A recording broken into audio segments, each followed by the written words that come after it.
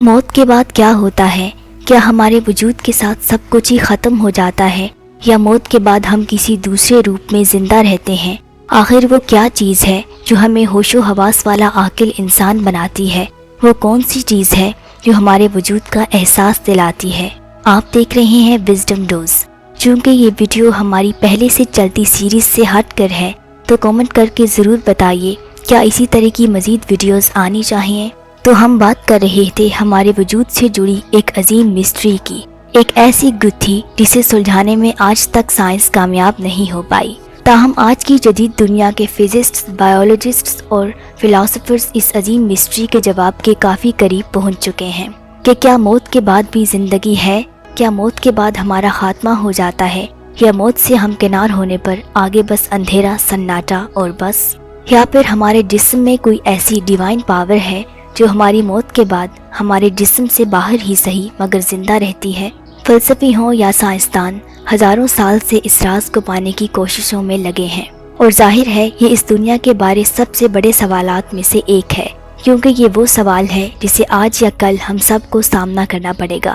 اگر ایسی کوئی ڈیوائن پاور ہے تو ہماری موت کے بعد اس کا یعنی ہمارا کیا ہوتا ہے؟ کیا ہم ہمیشہ کے لیے ختم ہو جاتے ہیں، یا پھر کسی دوسرے روپ میں زندہ رہتے ہیں؟ ابراہیمی مذاہب کے پیروکار یعنی مسلم، عیسائی، یہودی اور کچھ دوسرے مذاہب جیسے ہندو بھی یہ عقیدہ رکھتے ہیں کہ موت کے بعد نیک لوگ جنت میں جاتے ہیں اور برے لوگ جہنم میں۔ کچھ مذاہب میں عقیدہ ہے کہ موت کے بعد انسان کسی نئی دنیا میں ٹرانسفر ہو جاتا ہے، جیسے وہ کسی اور ڈائمنشن میں چلا جاتا ہو، اور کچھ میں یہ عقیدہ بھی ہے کہ انسان موت کے کچھ عرصہ بعد اسی زمین پر دوبارہ بھی جنم لیتا ہے، جیسا کہ ہندو مذہب میں 7 جنم کا عقیدہ۔ آپ نے دیکھا ہوگا کہ ان سب مذاہب میں ایک چیز کامن ہے کہ آسان الفاظ میں ہمارا جسم محض ہماری روح کا پہناوا ہے۔ روح یعنی سول، آتما یا نفس، اور یہ کہ سول امر ہے۔ اگر یہ بات درست ہے تو کیا اسے سائنٹیفکلی ثابت کیا جا سکتا ہے؟ آئیے اس موضوع پر ہوئی اب تک کی سائنسی تحقیق سے جاننے کی کوشش کرتے ہیں۔ ان صاحب سے ملیے، یہ ہیں ایبن الیگزینڈر۔ یہ پچھلے 15 سال سے ہارورڈ میڈیکل کالج میں نیورو سرجری کرتے اور پڑھاتے آئے ہیں۔ 2008 میں ان کے کیریئر میں ایک بہت ہی عجیب موڑ آیا، جس سے موت کے بعد کی زندگی کے معمے کا انہیں بہت شدت سے احساس ہوا۔ ڈاکٹر الیگزینڈر شدید بیمار ہوئے، جس دوران یہ گہرے کومے میں چلے گئے، جس سے ان کے باہر آنے کے چانسز انتہائی کم تھے، کیونکہ ان کا نیو کورٹیکس یعنی دماغ کا وہ حصہ جو سادہ الفاظ میں ہمیں انسان بناتا ہے مکمل طور پہ کام چھوڑ چکا تھا۔ مگر 7 روز کی اس دماغی موت کے بعد ڈاکٹر الیگزینڈر کوما سے باہر آ گئے اور اگلے 1 مہینے کے اندر مکمل طور پہ ٹھیک ہو گئے، جو کہ اپنی جگہ ایک معجزہ ہی تھا۔ تو جب وہ کوما میں تھے تب ان کے ساتھ کیا کچھ ہوا تھا؟ ڈاکٹر الیگزینڈر بتاتے ہیں جب وہ کوما میں تھے انہیں کچھ بھی مکمل صاف دکھائی نہیں دے رہا تھا، دھندلا سا، کچھ براؤن، ریڈ، بلیک کے مکس جیسا۔ انہیں اپنے جسم کا کوئی بھی حصہ محسوس ہی نہیں ہو رہا تھا۔ انہیں لگ رہا تھا کہ وہ بہت لمبے عرصے سے کسی ایک ہی جگہ میں موجود تھے۔ انہیں اس دنیا والی زندگی کا کچھ بھی یاد نہ تھا، صرف سے دنیا والی زندگی ہی یاد نہ تھی۔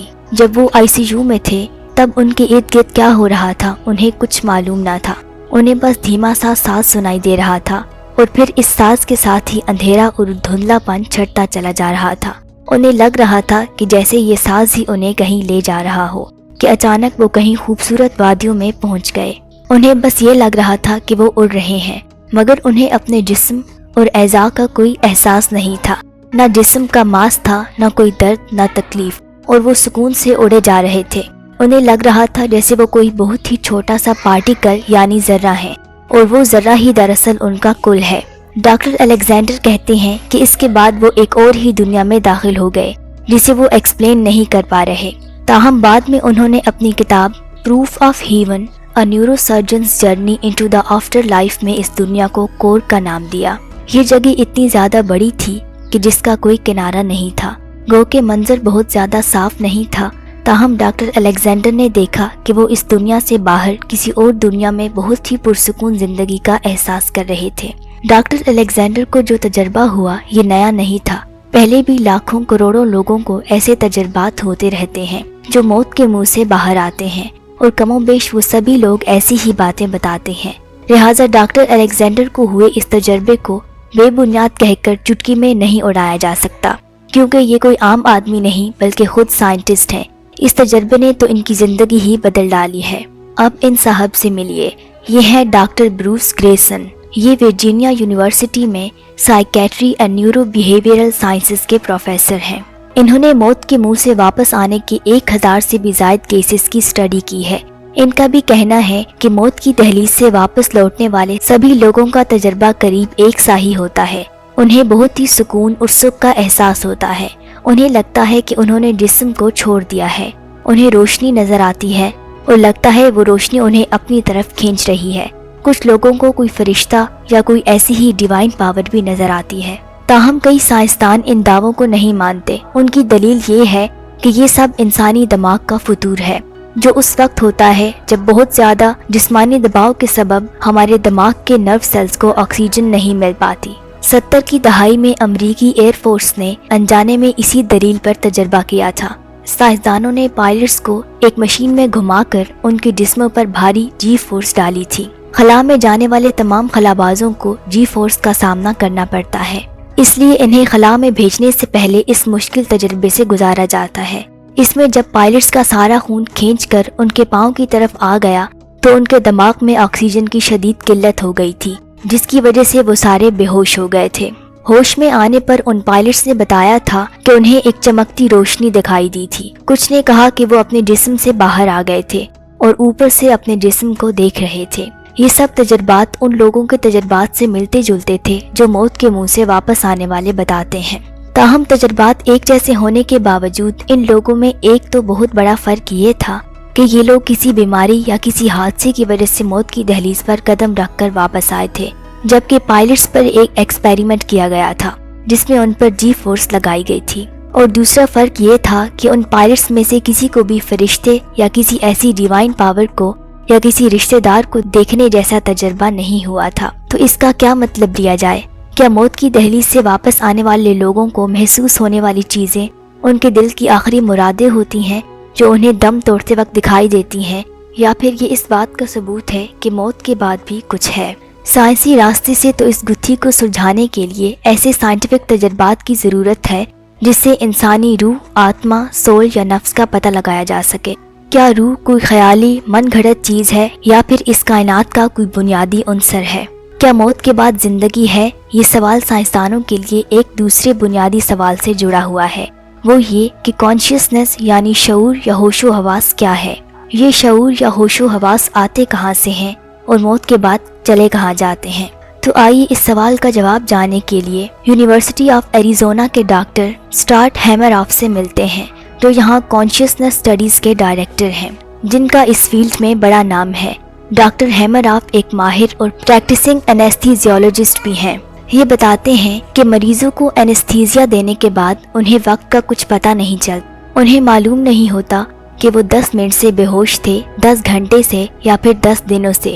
یعنی اینستھیزیا ہماری کانشیسنس یا ہمارا شعور ہم سے چھین لیتا ہے، مگر اس کے باوجود بھی ہمارا دماغ اس دوران نارمل طریقے سے کام کرتا رہتا ہے۔ تو پھر اینستھیزیا کی حالت میں ہمیں کچھ پتہ کیوں نہیں چلتا؟ یہ راز فی الحال راز ہی ہے۔ کئی سالوں تک آپریشن تھیٹر میں یہ معمہ دیکھنے کے بعد ڈاکٹر ہیمر-آف کے ذہن میں یہ خیال آیا کہ آخر دماغ کے اندر ہونے والی باقی کی حرکیات اور کانشیسنس کے درمیان کیا لنک ہے۔ اسی سلسلے میں ڈاکٹر ہیمر-آف اور مشہور برطانوی فزسٹ روجر پینروز نے اس معاملے کو مل کر اسٹڈی کیا اور ایک نئی ریولوشنری تھیوری پیش کی کہ آخر ہمارا دماغ کام کس طریقے سے کرتا ہے، اور جلد ہی یہ تھیوری سائنٹیفک بحث کا موضوع بن گئی، جس کی بنیاد ہمارے برین سیلز میں موجود وہ چھوٹے چھوٹے سٹرکچرز ہیں جنہیں مائکروٹیبیولز کہا جاتا ہے، جو ہر سیل میں جنگل کی طرح پھیلے ہوئے ہیں۔ انہی سے اس سیل کا آرکیٹیکچر بنا ہوا ہے۔ یہ مائکروٹیبیولز کسی کمپیوٹر کے پرفیکٹ ڈیزائن کی طرح ہوتے ہیں جو مالیکیولر لیول پہ انفارمیشن جمع کرتے ہیں۔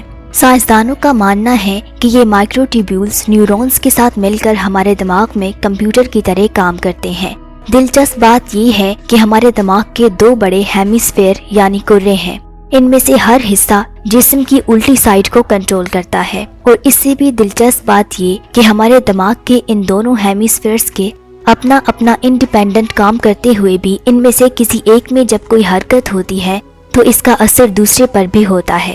باوجود یہ کہ ان دونوں کا آپس میں کوئی کنیکشن نہیں ہے، اس کے باوجود یہ کیوں ہوتا ہے؟ اس پر ڈاکٹر ہیمراف اور پینروز کا کہنا ہے کہ جب دماغ کے کسی سیل کے ایک بھی مائکروٹیوبول میں کوئی بدلاؤ آتا ہے تو اس کا اثر دماغ کے دوسری سیل کے مائکروٹیوبول پر بھی پڑتا ہے۔ اتنا ہی نہیں، کوانٹم تھیوری کے مطابق اسپیس کے ہر مقام حتیٰ کہ خالی جگہ پر بھی کوئی نہ کوئی انفارمیشن موجود رہتی ہے۔ سائنسدانوں کا ماننا ہے کہ کائنات کی ہر چھوٹی سی چھوٹی جگہ پر بھی انفارمیشن موجود ہے، اور یہ کوانٹم انفارمیشن سلسلے وار آگے نہیں بڑھتی، یعنی آگے کو سفر نہیں کرتی کہ کبھی اوپر، کبھی نیچے، کبھی یہاں پھر وہاں، بلکہ یہ انفارمیشن آپس میں اس طرح سے کنیکٹڈ ہوتی ہے کہ یہاں کچھ ہوتا ہے تو لاکھوں کروڑوں اربوں سال کی دوری پر بھی اس کا اثر ہوتا ہے۔ اس کا مطلب ہوا کہ مائکروٹیوبولز میں موجود انفارمیشن دماغ کے باہر کی دنیا سے لنک ہو کر اس سے جڑ سکتی ہے۔ نیورونز کے ایک دوسرے سے جڑنے کی بناوٹ سے ہم جان سکتے ہیں کہ دماغ میں موجود انفارمیشن بھی کائنات میں موجود انفارمیشنز کے ساتھ کنیکٹ ہو کر سب کی سب انفارمیشنز باہم بنی ہوئی ہیں۔ ڈاکٹر ہیمراف کے مطابق ہماری روحیں نیورونز کے مقابلے میں کہیں زیادہ بنیادی عنصر سے بنی ہوئی ہیں، بلکہ ہماری روحوں کی تخلیق اسی چیز سے ہوئی ہے جس سے ہماری کائنات بنی ہے۔ ڈاکٹر ہیمراف کے مطابق کانشیسنس یعنی شعور، یا اس سے بھی پہلے جو پری کانشیسنس ہوتی ہے جسے ہم پروٹو کانشیسنس کہہ سکتے ہیں، اس کا وجود کائنات میں شروع سے موجود ہے، شاید بگ بینگ کے وقت سے۔ اگر کانشیسنس ایک کوانٹم پروسیس ہے تو شاید اس راز سے پردہ اٹھ سکتا ہے کہ جب ہم موت کی دہلیز پر قدم رکھتے ہیں تب کیا ہوتا ہے۔ اس پر ڈاکٹر ہیمراف کا کہنا ہے کہ مان لیجئے کہ جب کسی مریض کا دل دھڑکنا بند ہو جاتا ہے، اس کے تمام اعمال منقطع ہو جاتے ہیں، اس کے مائکروٹیوبولز اپنا کوانٹم سٹیج کھو بیٹھتے ہیں، تو کہہ سکتے ہیں کہ انسان کی موت ہو گئی ہے۔ لیکن اس کے باوجود بھی جو کوانٹم انفارمیشن اس کے مائکروٹیوبولز میں موجود تھی وہ ختم ہو ہی نہیں سکتی، وہ ادھر ادھر بکھر کر تقسیم ہو جاتی ہے اور کائنات میں مکس ہو جاتی ہے۔ اگر کسی طرح مریض کو پھر سے زندہ کرنے میں کامیابی مل جاتی ہے تو وہ ساری انفارمیشن پھر سے واپس ان مائکروٹیوبولز میں لوٹ آتی ہے، اور مریض کہتا ہے کہ میں موت کی دہلیز سے واپس آ رہا ہوں۔ لیکن اگر اس مریض کی موت ہو جاتی ہے تو ممکن ہے کہ وہ کوانٹم انفارمیشن ہمیشہ کے لیے اس کے جسم کے باہر موجود رہتی ہو، روح کے روپ میں۔ بہت سے سائنسدانوں کے لیے اس بات پہ یقین کرنا بہت مشکل ہے کہ روح بھی اس کائنات کا ایک حصہ ہے، مگر ہیمراف کی یہ تھیوری یا تحقیق اس بات کو اب تک تو دن بدن صحیح ہی ثابت کر رہی ہے۔ حال ہی میں کوانٹم ایفیکٹ کے ذریعے کئی بایولوجیکل پروسیسز کو کنٹرول یا ریگولیٹ ہوتے دیکھا گیا ہے۔ اب تک تو اس تھیوری کو کوئی بھی چیلنج نہیں کر سکا، البتہ اس کی سپورٹ میں مسلسل نئے نئے ثبوت ضرور سامنے آ رہے ہیں، یہاں تک ہم نے یہ سمجھا کہ سائنسی اعتبار سے سول، روح یا آتما کیا ہوتی ہے یا کیا ہو سکتی ہے۔ مگر ایک سوال اب بھی باقی ہے کہ کانشیسنس یا روح آخر آتی کہاں سے ہے، اور جب ہماری موت ہو جاتی ہے تو وہ چلی کہاں جاتی ہے؟ اگر ہمارے پاس اسے ماپنے کا کوئی ذریعہ ہوتا تو شاید ہم اس بھید کے قریب پہنچ سکتے تھے، جو فی الحال نہیں ہے، مگر بہت ممکن ہے کہ بہت جلد ہی کوئی وسیلہ ہمارے ہاتھ آ جائے، کیونکہ سائنسدان مسلسل اس راز کا پتہ لگانے کی کوششوں میں لگے ہوئے ہیں، ہمارے اس مسٹیریس مینٹل پروسیس کا کھوج لگانے کی امید میں، جس کی وجہ سے ہم وہ بنتے ہیں جو ہم ہیں، یعنی کہ جیتا جاگتا عاقل باشعور انسان۔ یہ تو آپ سبھی جانتے ہی ہیں کہ جب ہم سوتے ہیں تب بھی ہماری کانشیسنس چلی جاتی ہے، مگر یونیورسٹی آف وسکنسن کے پروفیسر جولیو کونونی نے جب سوتے اور ان کانشیسنس دونوں طرح کے لوگوں کے دماغوں کو اسٹڈی کرنے کی کوشش کی تو سوتے ہوئے دماغوں کو لگتا ہے کہ گھر میں کوئی ہے، جس کا مطلب ہو سکتا ہے کہ ہمیں کانشیس رکھنے والے صرف ہمارے برین سیلز ہی نہیں بلکہ ہمیں احساس دلانے والی کوئی دوسری چیز بھی ہے۔ اس دوسری چیز کو کئی سائنسدان دماغ کے ہارڈ ویئر سے پیدا ہونے والی سافٹ کانشیسنس مانتے ہیں، جبکہ کئی دوسرے سائنسدان اس کو روح یعنی آتما کے وجود اور اس کا عمل دخل بھی مانتے ہیں۔ تو سوال یہ ہے کہ یہ روح یا آتما آخر ہوتی کیا ہے؟ کیا یہ کوئی غیر مرئی چیز ہے یا پھر ہم اسے دیکھ یا چھو بھی سکتے ہیں، یا کیا اس کا کوئی وزن بھی ہوتا ہے؟ 1907 میں یونیورسٹی آف میساچوسیٹس کے ڈاکٹر ڈنکن میکڈوگل نے کئی ایکسپیریمنٹس کی اسٹڈی کے نتیجے میں بتایا تھا کہ آتما یعنی روح کا وزن 21 گرام ہوتا ہے۔ وہ مرتے ہوئے 6 مریضوں کا وزن مانیٹر کرنے کے بعد اس نتیجے پر پہنچے تھے۔ آج 100 سال سے بھی 2 اشرے اوپر ہونے کو آئے، کوئی ان کے اس ایکسپیریمنٹ کو آگے نہیں بڑھا پایا، کیونکہ بعد والوں کا دھیان اسی بات میں اٹکا ہے کہ اس معاملے میں وزن کرنے کے لیے کوئی چیز ہاتھ تو آتی نہیں، تو وزن کس چیز کا کریں؟